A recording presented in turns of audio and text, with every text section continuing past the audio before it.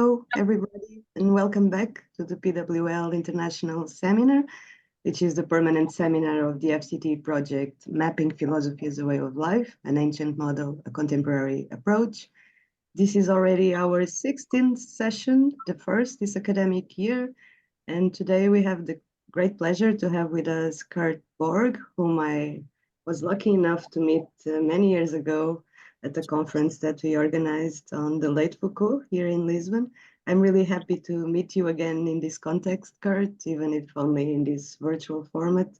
So thank you again for accepting this invitation. So Kurt Borg is a lecturer in the Department of Public Policy at the University of Malta. His research interests are in post-structuralist thought, contemporary continental philosophy, and social theory. He completed a PhD in philosophy and humanities at Staffordshire University with a thesis on the ethics and politics of narrating trauma in institutional contexts. He has published articles and book chapters on Michel Foucault, Judith Butler, the politics of trauma, narratives of illness and disability, public happiness, and the essay. He has also long had an interest in the practices of self-writing and self-narration as practices of the self, which he works from the point of view of philosophy as a way of life and Foucault's conception of philosophy as self-transformation. And it is precisely on this topic that Kurt will give a talk today with a particular focus on Montaigne. We are really looking forward to listen to it, as I think that Montaigne has not showed up in our seminar yet, so this is the time. The title of the talk is on the essay as a way of life, Foucault, Montaigne, and Writing as Self-Transformation. So without further ado, I will give you the word, Kurt. Thank you very much, Marta, and thank you all for being here. Let me just share my screen. I have a couple of quotations to pull them up.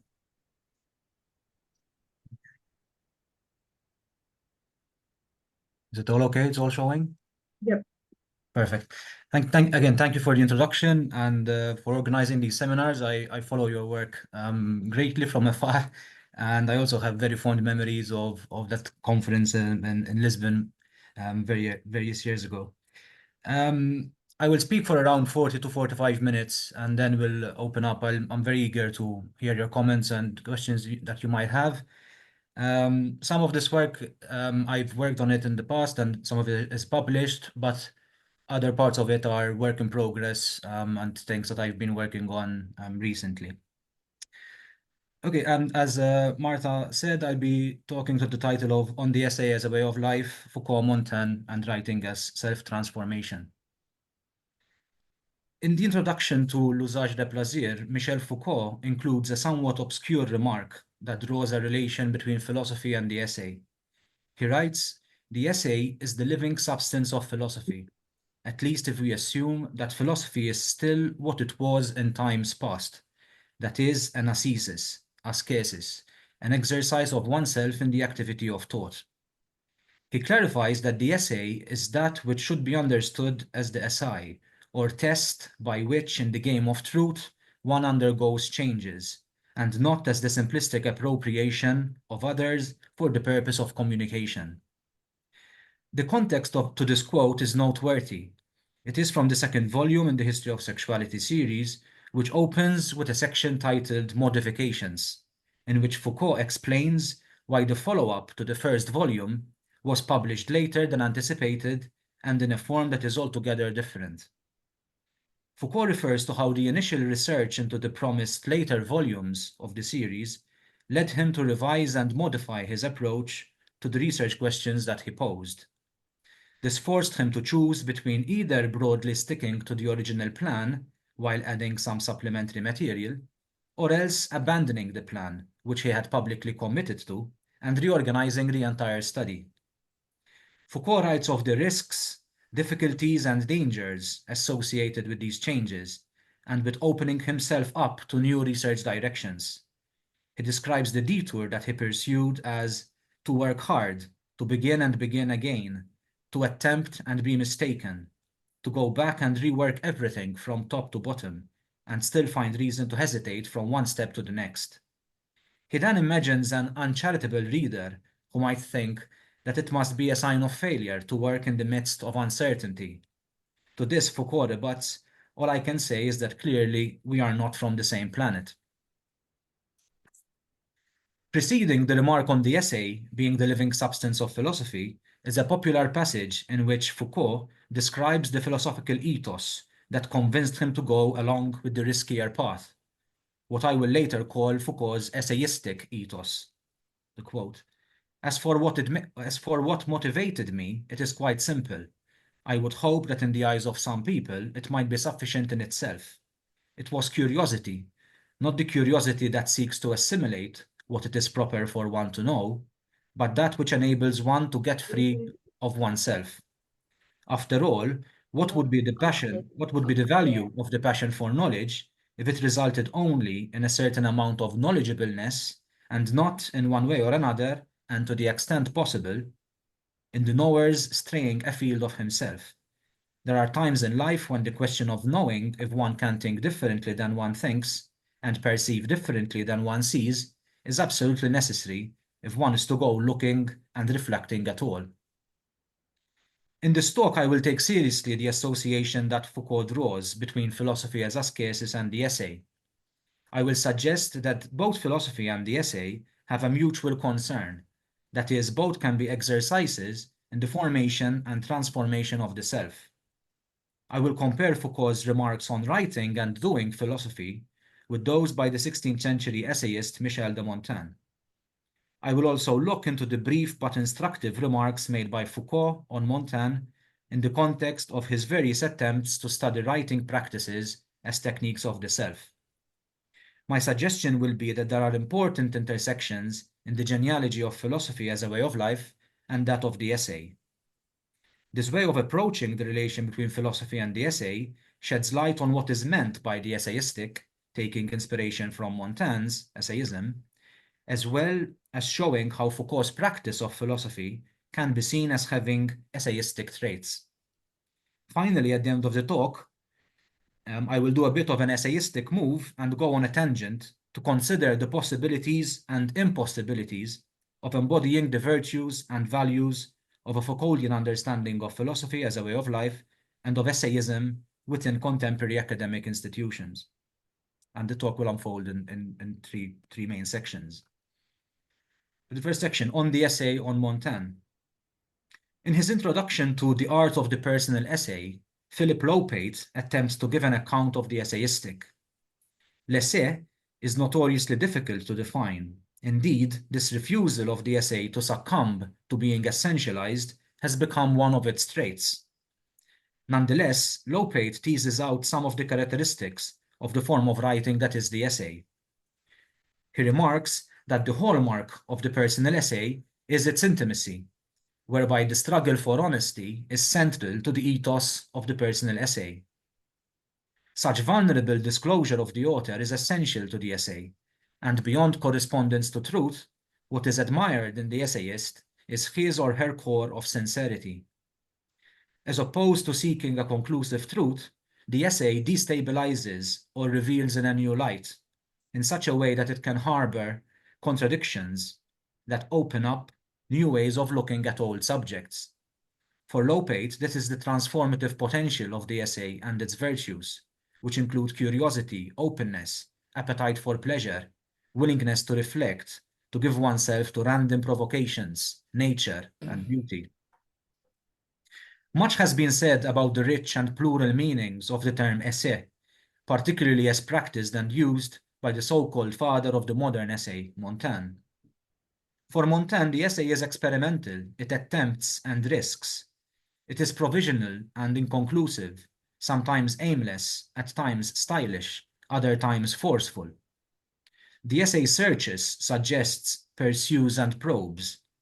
As a verb, to essay is to put a thought to trial, to test, as well as to craft, draft, and sketch an idea. The essay is, or can feign to be, incomplete, partial, momentary, tentative, and fragmentary. It sways between or beyond the personal and the political, the particular and the universal. Its topics, like its length, can vary from the trivial to the humorous, to the self-reflective, the philosophical, or the political. To essay, then, is also to exercise and to experience. Montaigne describes his essayistic gestures as a willingness to exercise his judgment on various subjects. He writes that he intends to keep his explorations tentative and that he has no plan to develop them completely. Montaigne considered himself to be a new figure, an unpremeditated and accidental philosopher. In a sense, Montaigne's pose seems to be the opposite to that of philosophers who patiently and systematically construct philosophical systems. Theodor Adorno celebrates the anti-systematic properties of the essay in an age when grand narratives have collapsed. The essay, he writes, can step forward as an attractive way to open up philosophical discourse. The essay, writes Adorno, proceeds methodically, unmethodically, and without apology. It revolts against, gently defies, and does not obey the rules of the game of organized science and theory. He argues that it is due to this subversive potential that the essay has not always been well received by disciplinary philosophy. He says, the academic guild only has patience for philosophy that dresses itself up with the nobility of the universal, the everlasting. Nonetheless, Adorno praises the essay since it shies away from the violence of dogma, and it remains what it always was, the critical form par excellence. It is the critique of ideology. A key characteristic of the essay as a form of writing is that it is rooted in the personal. I am myself the matter of my book, Montaigne tells the reader at the beginning of his essays. Raymond Guess argues that rather than preach or teach, Montaigne wishes simply to recount the flow of his thoughts and reactions. There are moments in Montaigne's writing that are highly confessional, and in this sense his essays can be considered as predecessors to Rousseau's own Confessions.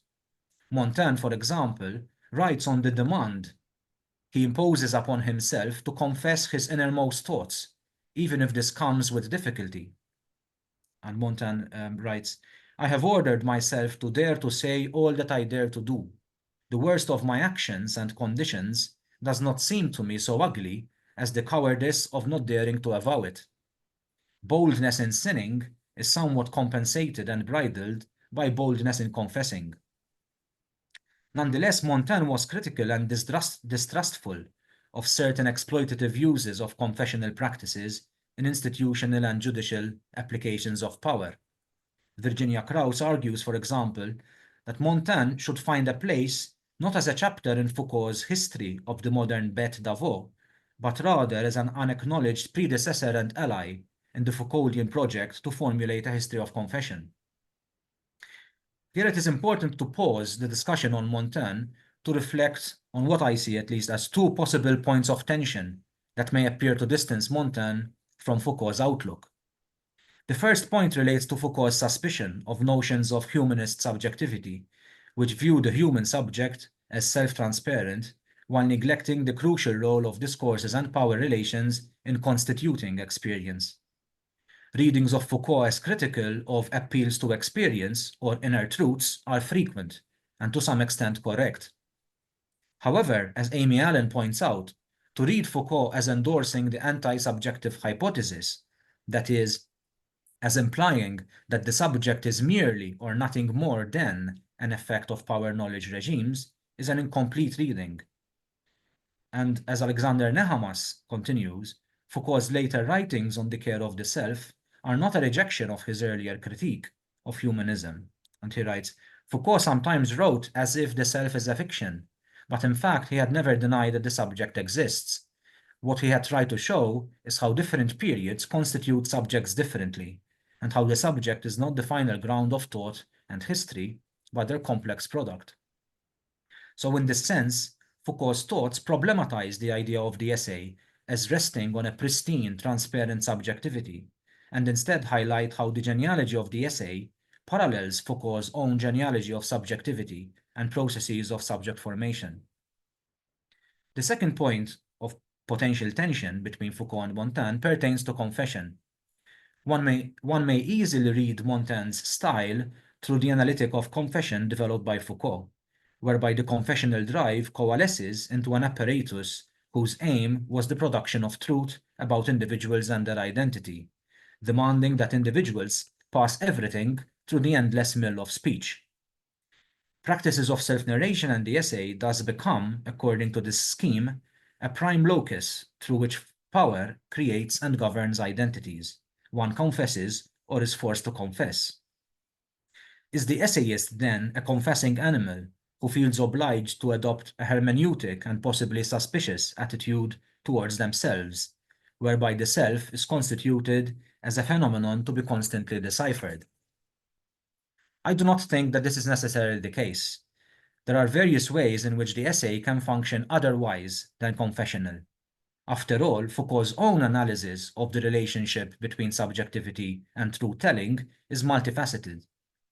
And the same can be said about the relation between the essay and truth. Rather than as merely confessional, Montaigne's essays can be productively approached through Foucault's later thoughts on ethics as ascesis, which includes a concern with the role of writing practices in constituting the self, as well as the exploration of practices of truth-telling as paresia. Can the essayist, then, be a paresiast, reflecting critically on contemporary conditions of being, of experiencing, and of feeling? To unpack this question further, in this next section, I will turn to the few references that Foucault makes directly to Montaigne in the context of his work on self-writing. Foucault refers to Montaigne in a very popular 1983 interview titled On the Genealogy of Ethics, when the interviewer refers to Foucault's work on practices of self-writing, asking him whether the existence of such practices in antiquity challenges the commonplace view that Montaigne was the first great autobiographer. Foucault responds by suggesting that all literature of the self, including Montaigne's, must be understood in the context of a long tradition of practices of self-writing. He argues that in classical philosophy, practices of the self were tied to knowledge in such a way that a subject could not have access to the truth if he did not first operate upon himself a certain work that would make him susceptible to knowing the truth. Foucault therefore situates Montaigne's use of writing practices prior to what he calls the Cartesian moment that dissolved the link between ascesis and knowledge.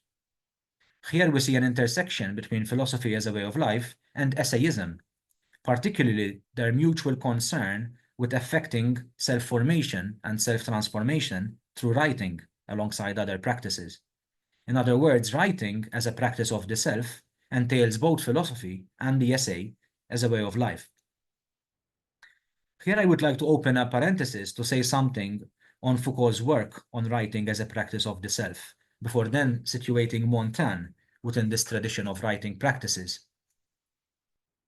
Foucault wrote and spoke about writing practices of the self on a number of occasions. These include lectures from the 1982 Collège de France course on the hermeneutics of the subject, especially the lecture on 3rd March, the 1982 Toronto lectures on speaking the truth about oneself, and the 1983 essay titled Self-Writing. However, this work was intended as part of a larger work on care of the self, which throughout the 1980s Foucault referred to as a side project separate from the History of Sexuality series. When Foucault set out to write a book on Christianity, as the second volume of the History of Sexuality in 1975, he hesitated as he was unhappy with some of the claims he was making on confession in the Middle Ages. This led him to an intensive study of the early Church Fathers in 1977 and 78. Before Foucault could publish the book on Christianity in the early 80s, which was eventually published as Les Aveux de la Chair, he felt that he needed to improve the material on classical antiquity, which formed part of the volume's introduction.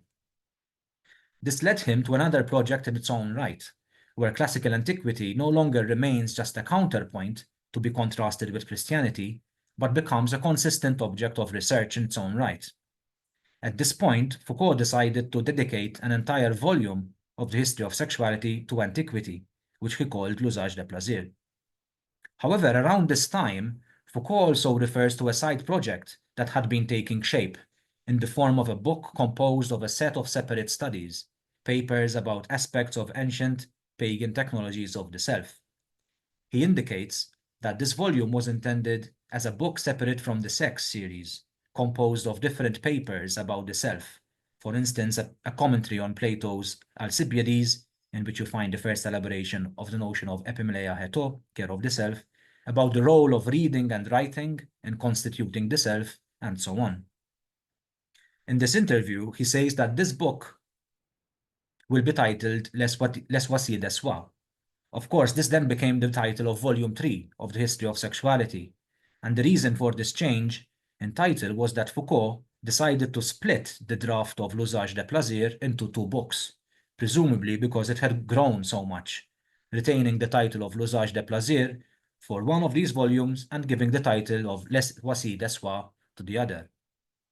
Nonetheless, throughout 1983, Foucault still holds on to the side project on practices of the self, which he also referred to with the title of Le Gouvernement des Soi et des Autres, presumably after his former title was given to Volume 3 of the History of Sexuality.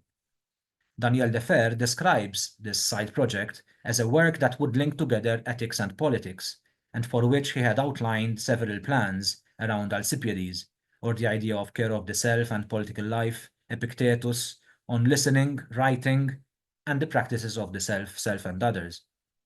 Foucault did publish something from this project, namely the 1983 essay titled Self-Writing.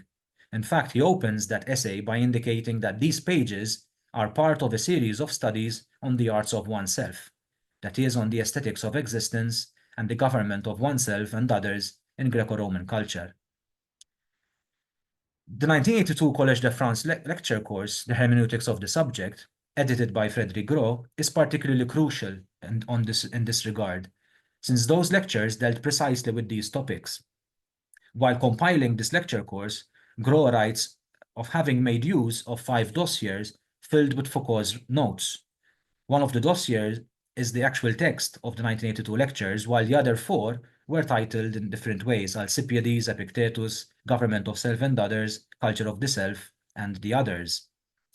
Gros notes that while some of this material found its way into Volume 3 of the History of Sexuality, these dossiers include entire pages of finished writing dealing with points of which there is still no definitive record. The material of these dossiers is now in Foucault's archive at the Bibliothèque Nationale de France, where there are hundreds of sheets and reading notes on such topics, including, most interestingly, boxes 72 till 74, which are titled Le Gouvernement des Soi et des Autres, consisting of an unfinished manuscript of some 1,000 pages of Foucault's writing. Included there are a number of pages on writing practices of the self, which perhaps could be a topic for future research. But until then, back to today's concern, which is how does Montaigne's essayism fit into all this? Writing and self-writing as ascesis were, as Foucault shows, important components of the ancient regimen of the art of living. One wrote in order to transform and cultivate oneself into an ethical subject, not by passively writing accepted principles, but by memorizing and actively taking them up as guides to living. As an example of this form of writing, Foucault considers the hupom nemata, which were individual notebooks used as memory aids in antiquity. The user of the hupom nemata jotted down wisdom of the already said so as to memorize it through writing. Moments in Montaigne's writing echo the genre of the hupom nemata. In fact, the link between essayistic writing and the hupom nemata is well established, with Lopate arguing that the Renaissance essay partly grew out of the custom of keeping commonplace books, which were filled with favorite quotations. Characterizing Montaigne's essays as being a form of hupom nemata can be backed by the manner in which Montaigne quotes freely, sometimes without citations, and includes fragments of writing from other sources intended to reactivate his memory of what he deems to be useful knowledge.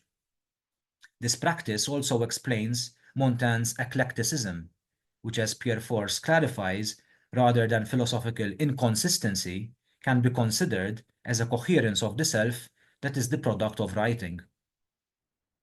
Montaigne criticized organized knowledge, and instead of theoretical system building, he prioritized the practice of philosophy as a continual exercise that has a direct bearing on one's manner of living. Merleau-Ponty refers to the frankness of Montaigne's writing as being connected to his desire to write a book in which for once there would be expressed not only ideas, but also the very life which they appear in, and which modifies their meaning.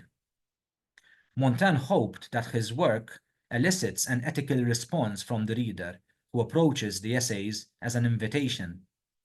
The use that Montaigne saw his essays having reflects his conception of philosophy and of writing essays as activities through which one shapes one's life and character.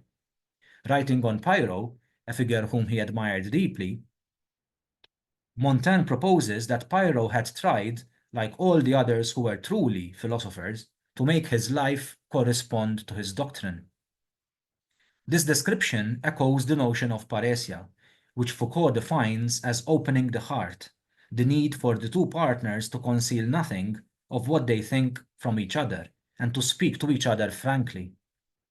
Importantly, Foucault describes parrhesia as a symphony of discourse and action. It marks the manner of one's living. Parrhesia demands harmony between one's words and one's deeds, logos and bios. Foucault speaks, for example, of Seneca's characterization of parrhesia in this way. One must be convinced that I myself really experience the things I say as true.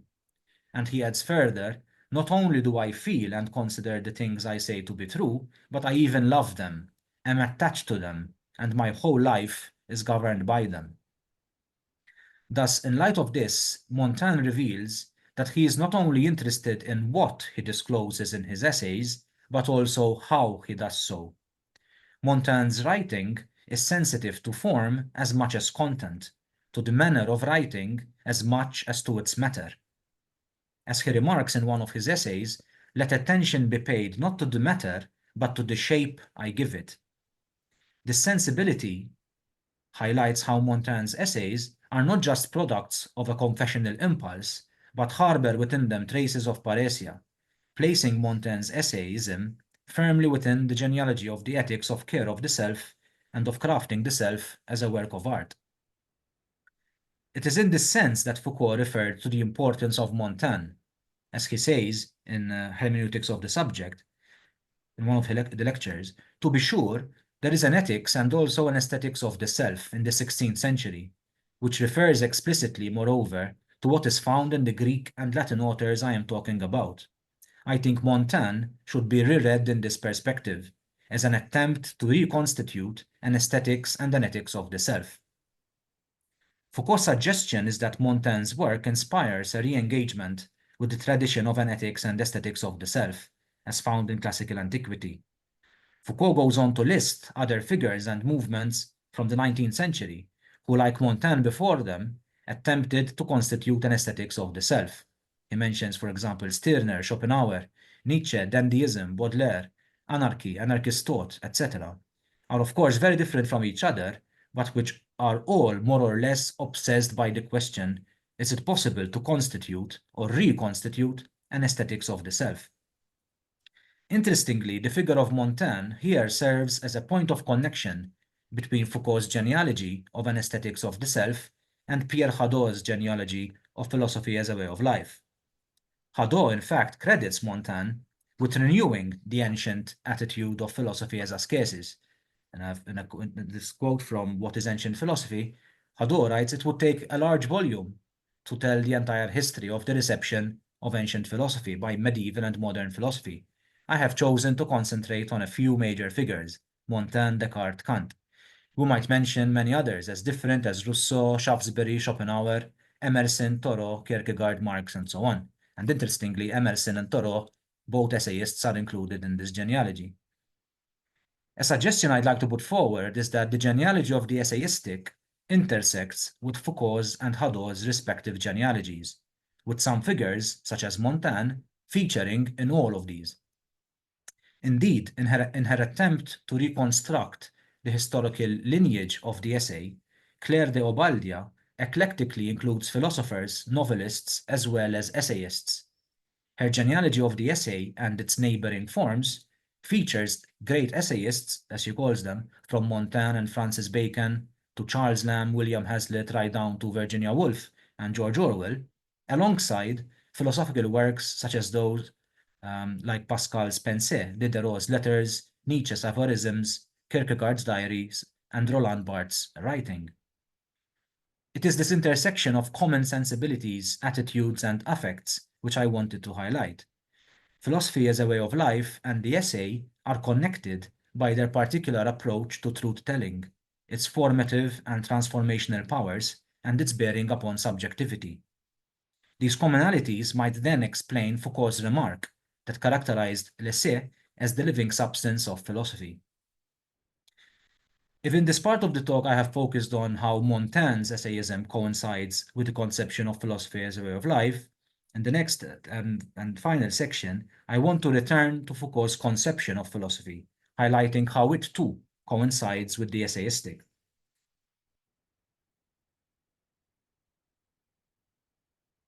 Foucault graced us with numerous remarks on the values he associated with writing and with writing philosophy. For him, philosophy, like the essay for Montaigne, was personal. Not that it placed an obsessive concern with subjectivity as its goal, but as an activity that is rooted in the subject, linking theory, logos, with life, bios. For example, he claimed that each of my works is a part of my own biography, and that whenever I have tried to carry out a piece of theoretical work, it has been on the basis of my own experience, always in relation to processes I saw taking place around me, going on to describe his work as a few fragments of autobiography. Congruent with Adorno's conception of the essay, philosophy for Foucault is ultimately not about the solid certainty of systematic philosophy. Rather, he maintained that it would probably not be worth the trouble of making books if they did not lead to unforeseen places, and if they did not disperse one toward a strange and new relation with himself. Foucault did not hold an image of philosophy as a transcendental, privileged discipline. If this were the case, he says, I don't regard myself as a philosopher. Instead, his interest in philosophy stems from a concern with experience, with wrenching the subject from itself, of seeing to it that the subject is no longer itself, or that it is brought to its annihilation or its dissolution. He describes his own books as direct experiences aimed at pulling myself free of myself, at preventing me from being the same. It is for this reason that he aspired for an experience book as opposed to a truth book or a demonstration book, going as far as to claim that whatever he writes is nothing else but fiction, or essays, I'm tempted to suggest. Associating experience with transformation, in an important interview, Foucault remarks, for me, my books are experiences, in a sense, that I would like to be as full as possible. An experience is something that one comes out of transformed. If I had to write a book to communicate what I'm already thinking, before I begin to write, I would never have the courage to begin. I write a book only because I still don't exactly know what to think about this thing I want so much to think about, so that the book transforms me and transforms what I think. For Foucault, this work of self-transformation is an ethical task as much as it is an aesthetic one. It is, in fact, an aesthetics of existence. As he says, I am not interested in the academic status of what I am doing because my problem is my own transformation. This transformation of oneself by one's knowledge is, I think, something rather close to the aesthetic experience. This concern with experience has an essayistic character. After all, as Thomas Lemke notes, the French word expérience can be translated as both experience as well as, like essai, an experiment. Foucault embraced an experimental understanding of philosophy, claiming, I am an experimenter and not a theorist. My books, he writes, are more like invitations or public gestures. Similarly, in a conversation with Deleuze, Foucault remarks that theory is practice, leading Deleuze to agree that a theory is exactly like a box of tools. The essayistic language persists when Foucault describes the nature of his own ideas. What I've written is never prescriptive, either for me or for others. At most, it's instrumental and tentative. This tentativeness is an intrinsic feature also of Foucault's methods, archaeology and genealogy, which he contrasted with attempts at providing totalizing histories of the phenomena that he analyzed. Foucault's way of doing critical philosophy, like the essayistic form, does not aspire to close off a topic or argue conclusively for a view, but manifests plurality, contingency, and importantly, the possibility of no longer being, doing, or thinking what we are, do, or think. Ultimately, this is the philosophical ethos that Foucault describes in his late essay, What is Enlightenment, where the terms he uses to describe the Enlightenment ethos come very close to the terms often invoked to characterize the essayistic. It embodies an experimental attitude that must be activated and reactivated. It stands for a permanent critique of one's historical era. It implies a relationship with the present and with one's self, with the flux of fleeting moments, in an attempt to, like the dandy, make of his body, his behavior, his feelings and passions, his very existence, a work of art. Okay, to start concluding, one path that could have been pursued by way of concluding this talk would have been to trace the intersection between philosophy as a way of life and the essay in contemporary times, to see whether, and if so, how, contemporary writers navigate this interface.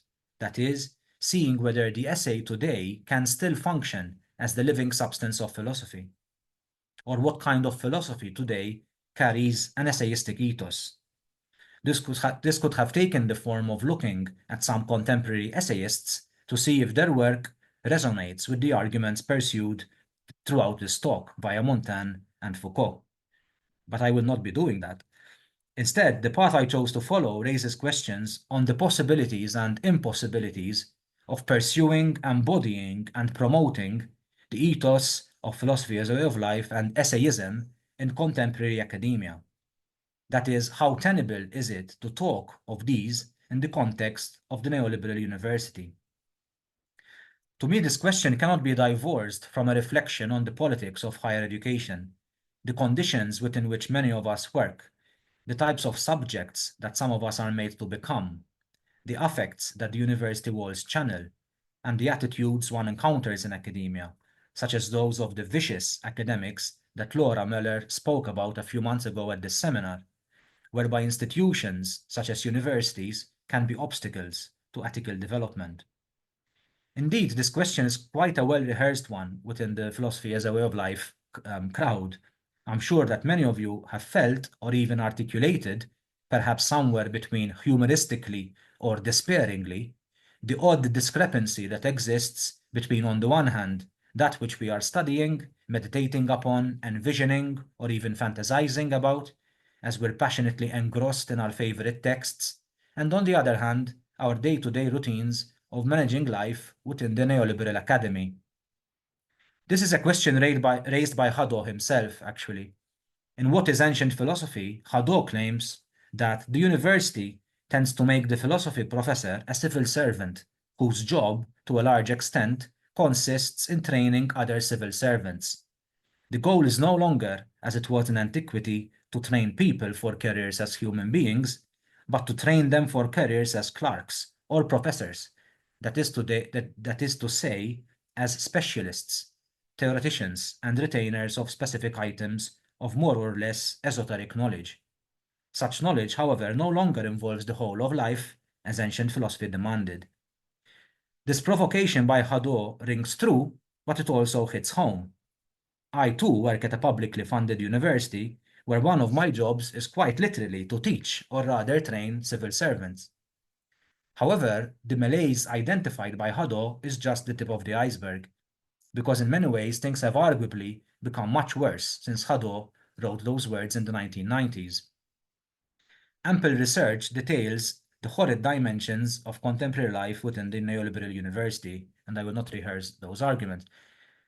Various works in critical university studies diagnose contemporary academia with a host of malaises. Among other things, they refer to the audit culture and obsession with measuring just about anything, from teaching effectiveness, university rankings, journal impact factors, and outreach initiatives. The increasing marketization and corporatization of universities, with students being regarded as consumers and education as a product. with new managerialism installed as the default mode of university governance, and the techniques of discipline and surveillance that these bring with them. The governing of research through funding schemes that more often than not prioritize some disciplines and some universities over others, as well as allow corporate interests and industry needs to determine research priorities. The increased reliance on adjunct professors, casualization, precaritization, and lack of tenure-track positions, leaving individuals living for years on end in precarity, with damaging effects on their identity and life prospects. The general effects of working through exhaustion, burnout, and mental health crises, brought about in part by the climate of competition that pervades most dimensions of academic life. The systematic closing down of unprofitable departments or schools, as well as the exclusion or delegitimation of critical epistemologies within research. The transformation of the academic subject into an entrepreneur of the self, or the bibliometric academic subject, as Sharp and Turner put it. The accumulation of student death and widening disparities in access to higher education. And the list depressingly goes on and on. It is not hard to see how these conditions are antithetical to the values, virtues, and affects invoked by philosophy as a way of life and essayism, and also antithetical to the approach to writing and philosophy described by Foucault. Stephen Ball was right to ponder, in a recent seminar, whether Foucault would even thrive in the contemporary university. After all, the climate of acceleration and of churning out publications at breakneck tempo does not quite match Foucault's essayistic understanding of research as to work hard, to begin and begin again, to attempt and be mistaken, to go back and rework everything from top to bottom, and still find reason to hesitate. But negatively diagnosing contemporary academia is not where I would like to end this talk. I'd like to consider how philosophy as a way of life and essayism can inform contemporary practices, not just of resisting the harmful effects of neoliberal academies, but also of remaking it, of doing it otherwise, of overwhelming it rather than be overwhelmed by it. Some philosophy as a way of life scholarship has addressed this question. For example, in a 2021 article, Eli Kramer and Marta Faustino identified 3 of what they call PWL experiments that have implications on how philosophy is practiced both within academic institutions as well as outside of them. First, they refer to movements and events such as modern Stoicism movements that bring people together to discuss core questions and issues that feature in PWL, be it the passions, the fear of death, the role of pleasure in human life, and so on. Secondly, they refer to how academic publishing houses are increasingly commissioning books that stem from the academy, but that explicitly target a broader audience. And thirdly, they refer to PWL projects creating networks of scholars that devise and share PWL university curricula. I perfectly agree that these 3 experiments go some way in maintaining the virtues and values of PWL as well as of essayism. However, by way of conclusion, I'd like to briefly suggest 5 further avenues. First, it is undeniable that contemporary academic conditions impact what we can write, how we write, and why. Ample considerations are often made on how to pitch a piece of writing for a particular publication platform, or how to navigate restrictions on the writing style and tone that can be adopted. Moreover, the unsuitability and unjustifiability of the dominant business model of major platforms of academic publishing is becoming ever more apparent. This places obligations on academics to think more about the politics of publishing and the cycles of power and influence that they are enabling through the decisions to publish in certain fora and not others. Indeed, established academics and those working on secure contracts have a greater responsibility than, say, early career academics, postdocs, and graduate students publishing their first works. This reality also demands the proliferation of alternative publishing fora that need to be much more accessible and democratic than most academic journals are, that are less rigid about the forms of writing and styles that they accept. Various fora for creative and critical writing exist beyond the peer-reviewed academic journal, and frankly, several of the exciting thoughts that push forward current debates on contemporary culture find their place there rather than in the often stifled atmosphere of rigid journals. Secondly, the same can be said of academic gatherings, such as conferences, symposia, and seminars. Rather than the mere repetition of academic conventions, such spaces ought to be intense sites of friendship, community, and pleasure. This transforms the space of academic production from a competitive, individualistic mentality to one that bears witness to a joyful relationality of connections and transformations. Here I am reminded of two values that are alluded to by both Montaigne and Foucault on friendship as a way of life and an ethics of pleasure. Thirdly, there is the importance of having parrhesiastic figures within the academy, critical figures who build networks of care and solidarity, and who use their secure position, if they have one, to confront, to fight off, to being a killjoy, as Sarah Ahmed reminds us, while also being aware of the limits of challenging institutions from within, and the very real possibility of coming up against brick walls, as Sarah Ahmed called them. Fourthly, another avenue is that of strategic ambivalence. I guess it is no secret that many of us who work within universities have various moments when the expected routines of work do not tally with our desired way of life. Indeed, we might feel as if the vision of the university as a vibrant, creative, and critical space was nothing but fantasy. It is perhaps easy to divide the world in a binary, where the only possible options are either to resist being incorporated by the institution, or else being completely swallowed up by it. Henri Giroux articulates a third position on how one can feel a sense of belonging in academic institutions despite their malaises. He describes it as having one foot in and one foot outside of the institution, by which he means a way of being on the margins of the social order, because you can't be at the center. That's where the power is right now. But at the same time, you have one foot in those institutions that you're trying to change. It is hence an ambivalent sense of belonging, but strategically so, in order not to have to cede the criticality of one's way of being. And lastly, one final avenue is the exodus. Leaving the institution can be a voluntary choice, but it often is coerced when someone is pushed out or where the space becomes intolerable. The incompatibility between philosophy as a way of life and the university is often remarked upon. For example, Sharp and Ure and their book, Philosophy as a Way of Life, by writing that, after all, PWL has never exactly been a universitized affair. Perhaps PWL's future does not depend on its faith in being incorporated or not into academic curricula. Hadot himself, while decrying the partial but very real loss of the conception of philosophy as a way of life, argues that we have lost the personal and communal aspect of philosophy, and goes on to say that, unfortunately, I think it is extremely difficult in our day to resurrect the dialogical character of ancient philosophy.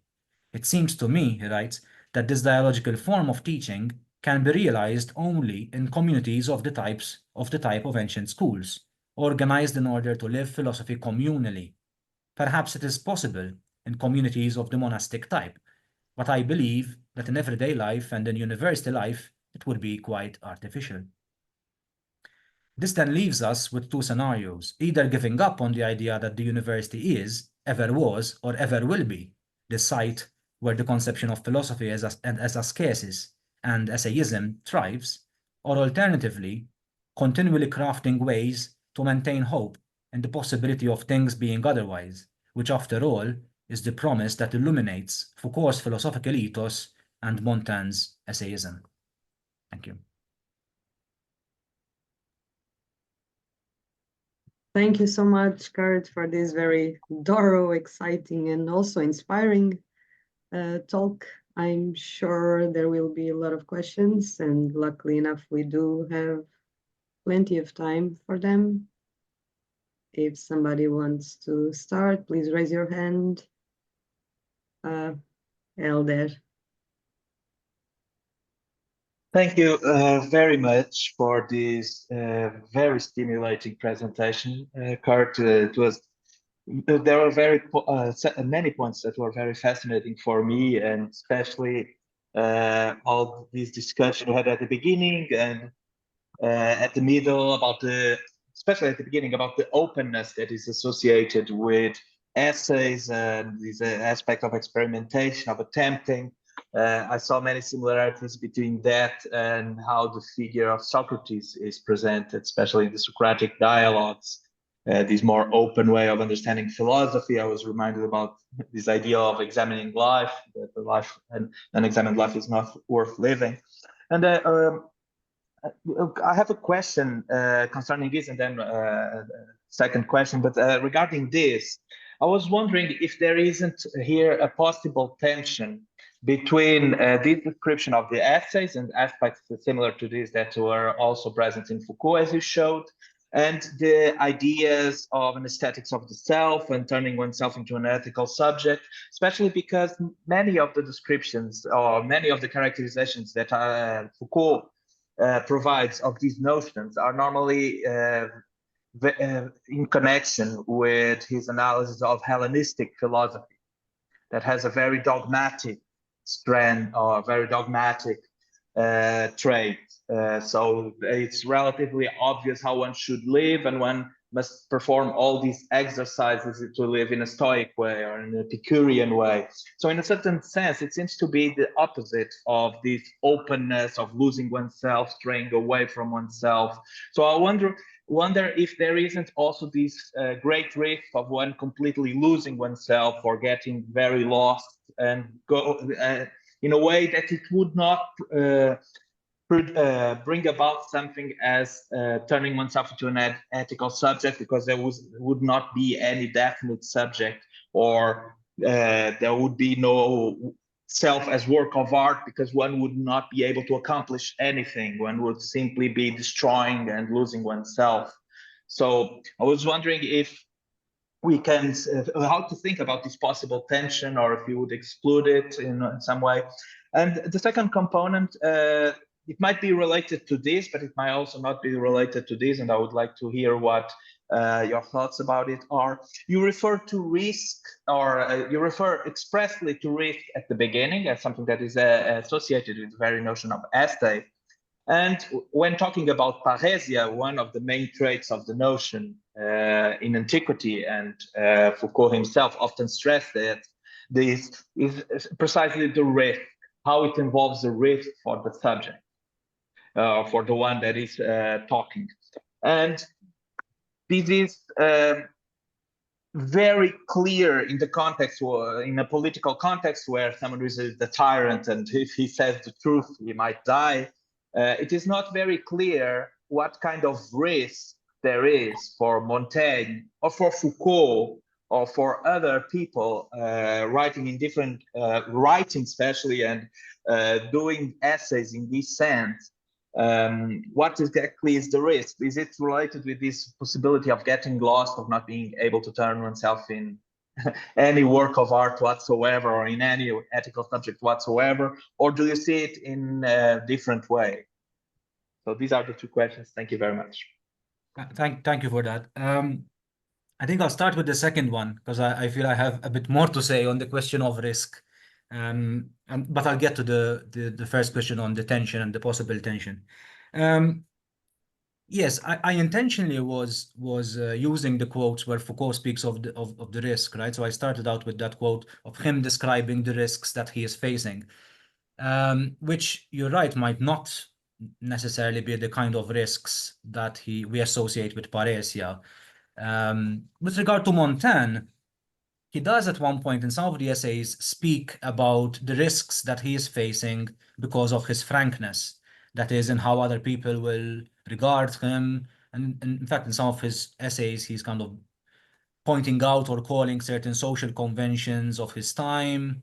For example, in one very controversial essay on cannibals, right, on cannibalism, which kind of explores, sometimes sympathetically, or tries to envisage what form of life can that be. And that might present the risk of him being kind of falling out of favor with the dominant view, or the non-cannibalistic form of life, so to speak. So there's some of that, but particularly when it comes to the frankness with which he speaks about his defects, his moral failures, his frustrations, his passions, and so on. With regard to Foucault, I think that we have to and this is, I think, is an essayistic move of connecting the writing, the books, with his ethos, with his form of life. So if we take a book like, I don't know, Discipline and Punish, writing the book itself might not necessarily have presented risks, except for a few fights or disagreements with historians of the prison. But through his activism and through the kind of networks and communities and connections that he tried to build through the activism in the GIP and with the families of prisoners and petitioning people in power and protesting.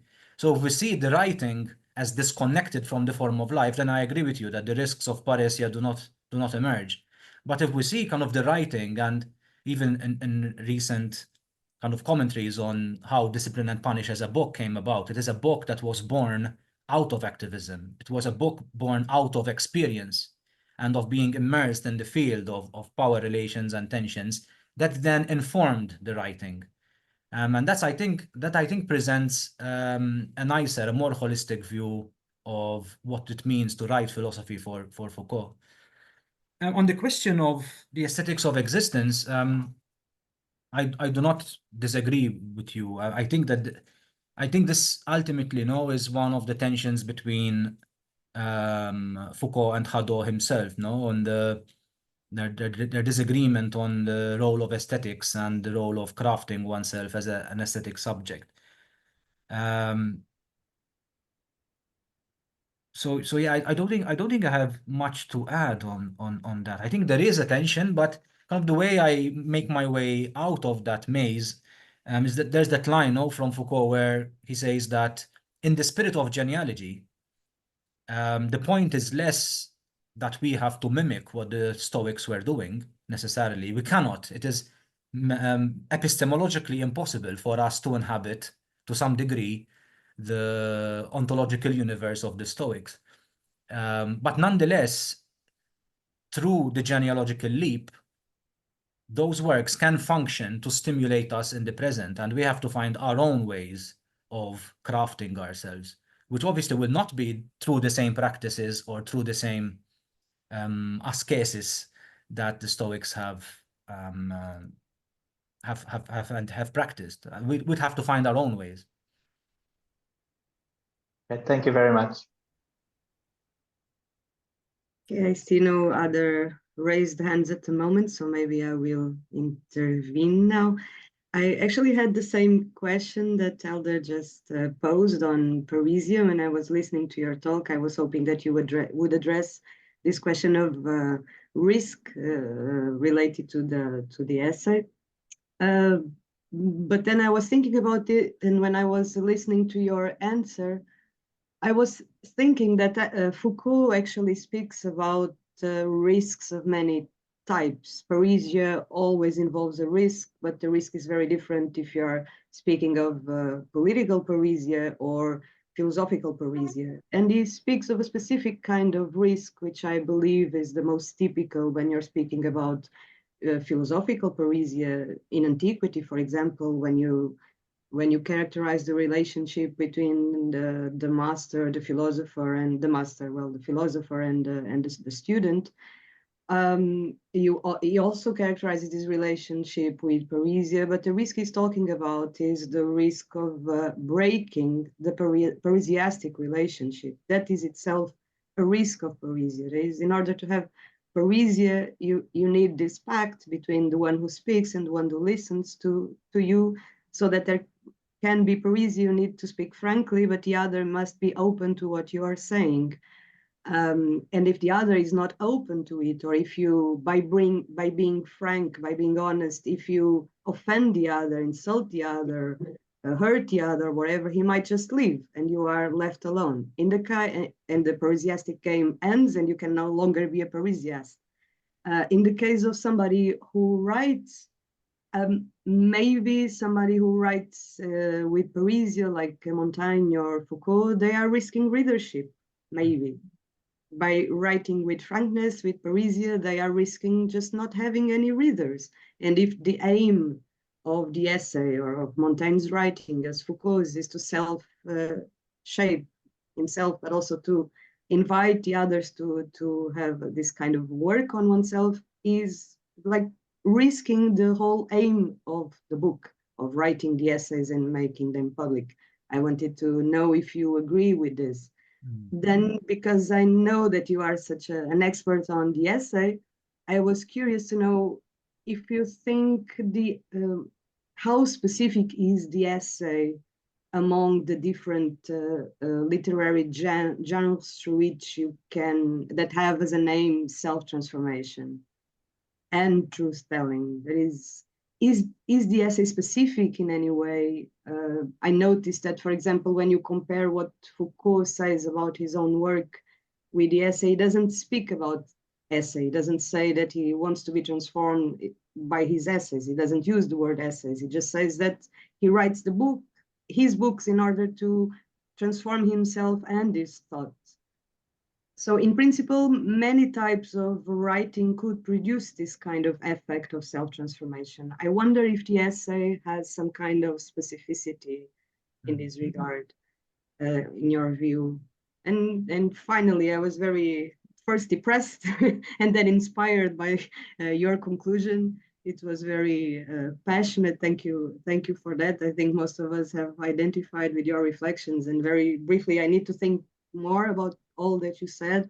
But do you think that PWLs, that we PWLers or PWL scholars, should we keep fighting to make PWL or to make a way for PWL within universities, or do you think that it would be better to keep PWL separated from the university for PWL's sake?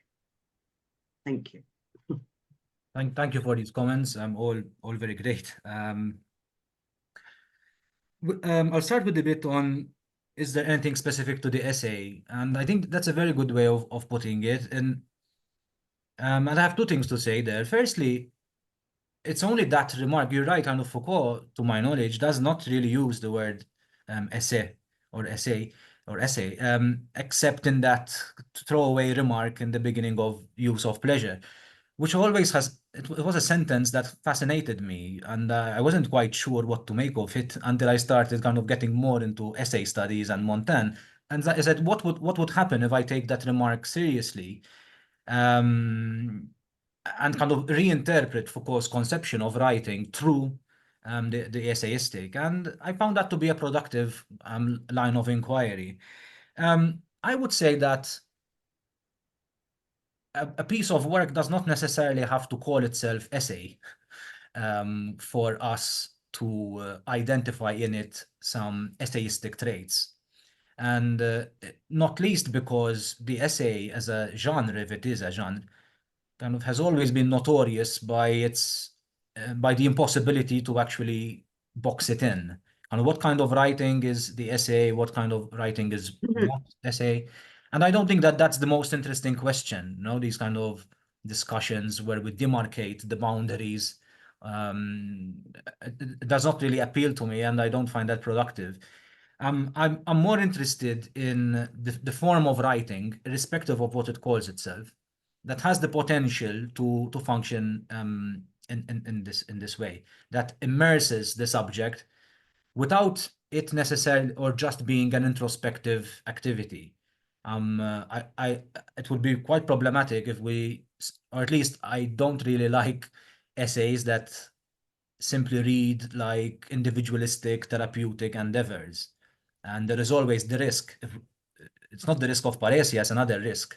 The risk for the essay to be reduced to the subjectivistic approach, which of course goes against some of the values that I have been talking about.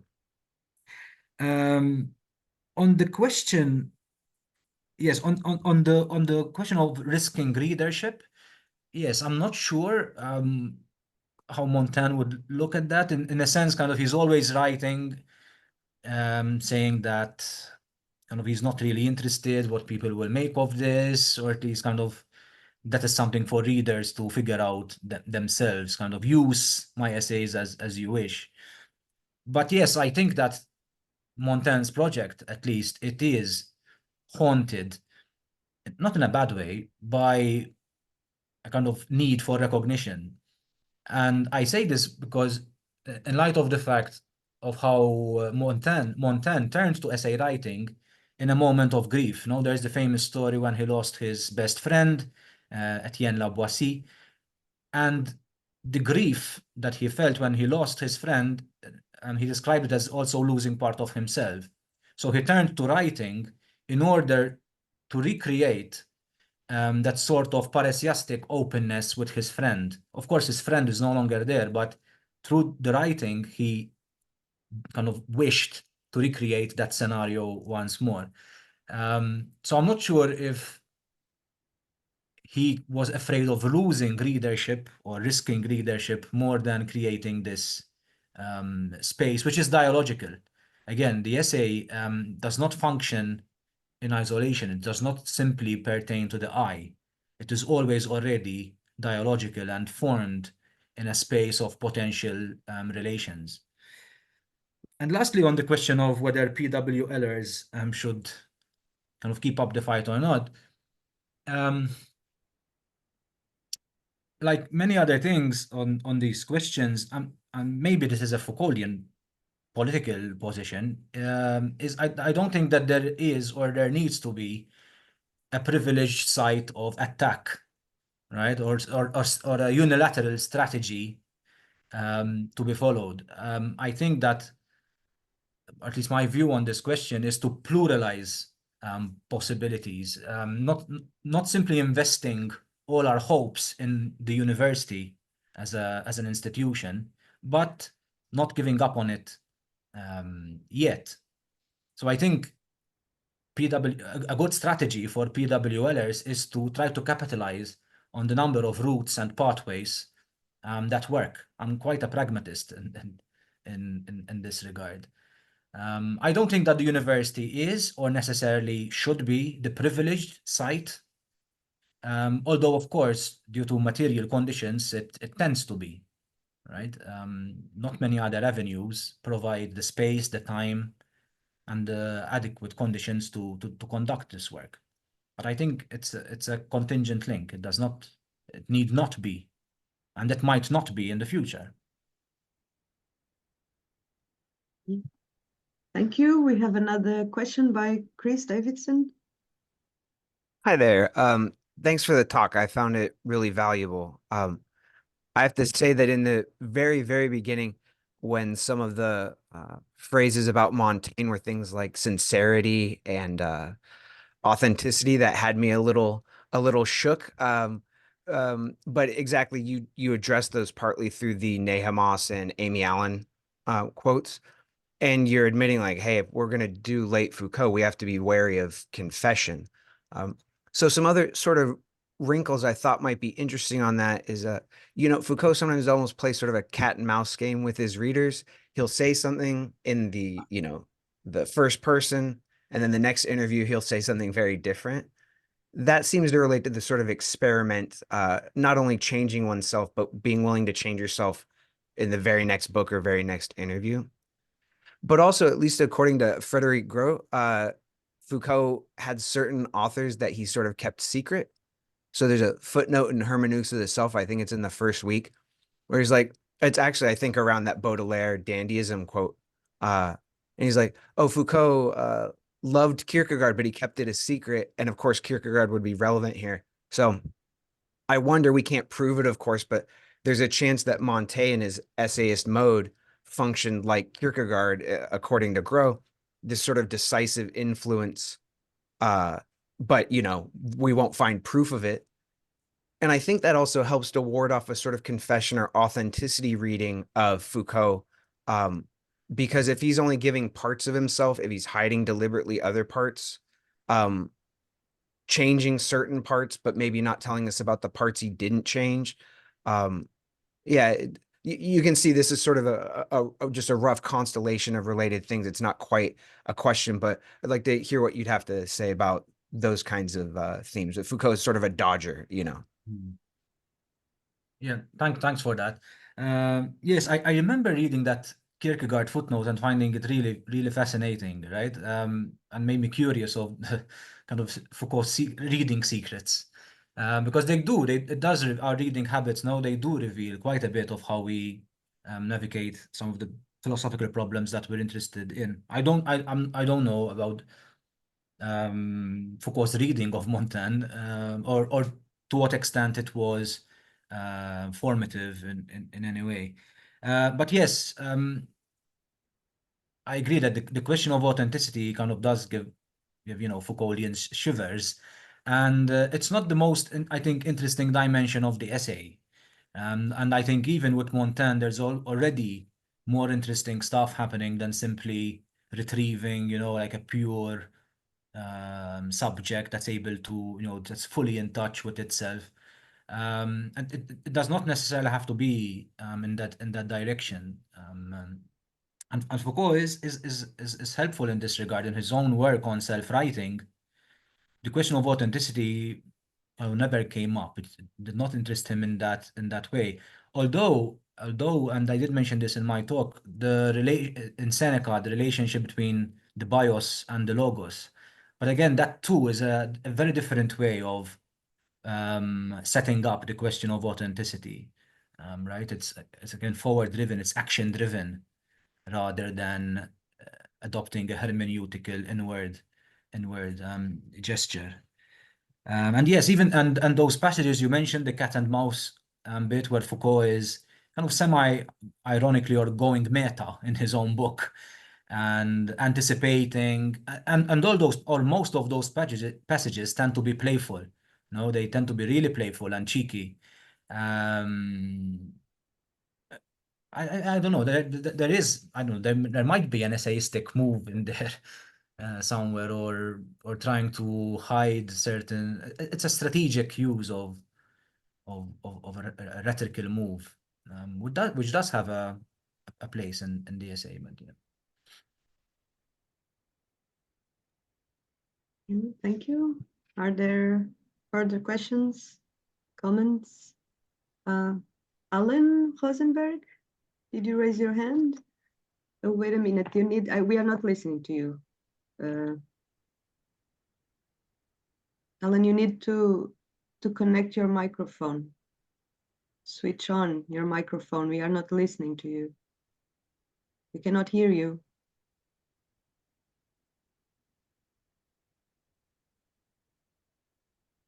Can you just click on the...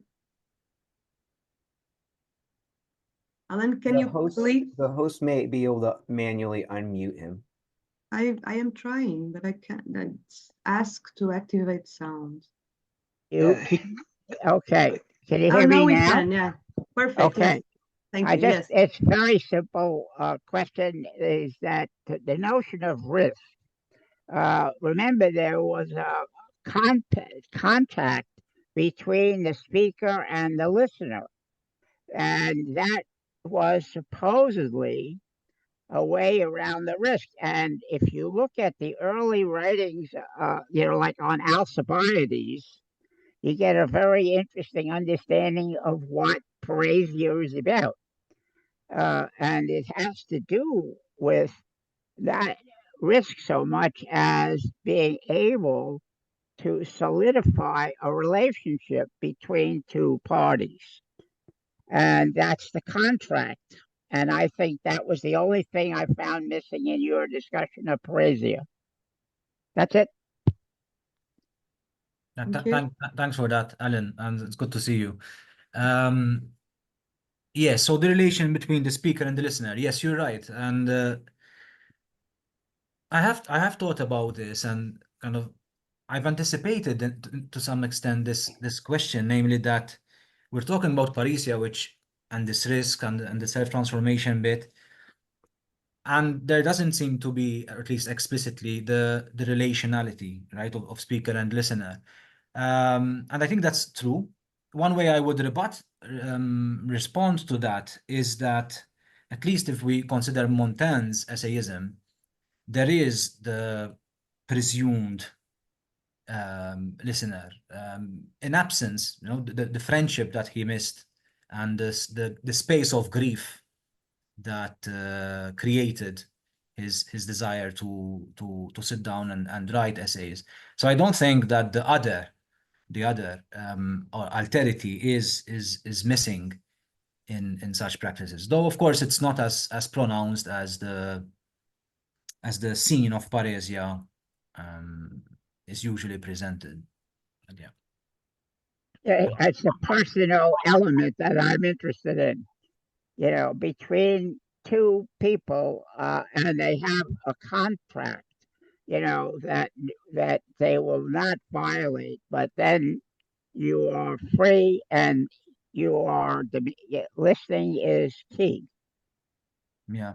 and responding is the second part. Yes. That's it. Thank you. Thank you. Are there further questions, comments? I don't think so. So if there are no further questions, I will then close the session. Thank you, Kurt, again for this brilliant talk. Thank you all for being there, and also to the ones who helped dynamizing the discussion. I would like to remind you that the final conference of this project will take place on October 16 to 18. It will be a 3-day conference, and I hope it corresponds to the joyful gathering Kurt mentioned.